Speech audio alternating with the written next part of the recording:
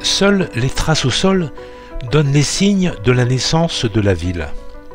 Après plus de 2 siècles, vous avez devant vous la rustique Rita, avec ses monuments, ses jardins, ses voies pavées. Les solides constructions gallo-romaines ont remplacé les maisons de bois et de boue de la population primitive. Le pont Saint-Martial a remplacé utilement l'ancien gué de la Roche. Sur les hauteurs d'où surgit la masse imposante de la cathédrale s'élevait un temple dont les quelques débris découverts attestent des grandes proportions.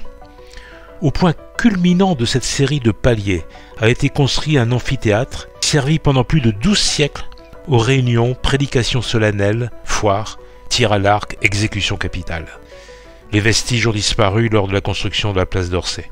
La cité de Limoges a été dotée d'une organisation municipale identique à toutes les villes de la Gaule. Pas de divinité locale, pas de collège de prêtres, rien que la normalité de l'époque. Pourtant, un fait important va marquer le tournant de l'histoire de la ville. La révélation. Saint Martial arrive à Limoges et apporte l'évangile au peuple. Tous les historiens du pays placent en 46 et sous l'empire de Claude la mission de Saint Martial, apôtre de l'Aquitaine et premier évêque de Limoges. Il est désigné comme un des disciples de Jésus-Christ et même un des apôtres, né près de Bethléem, que son apostolat a été reconnu par plusieurs conciles.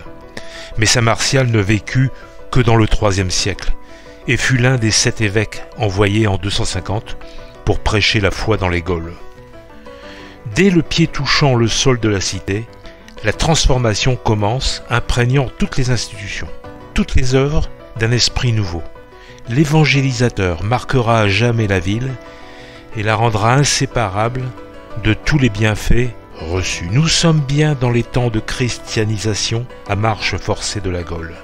Avant la nuit, après le jour, on exposera publiquement et solennellement les reliques de l'apôtre d'Aquitaine et quelques reliques des autres saints du pays, on ne sait jamais. On les sort pour conjurer la fatalité, les épidémies, les menaces de guerre et les passages de hauts dignitaires.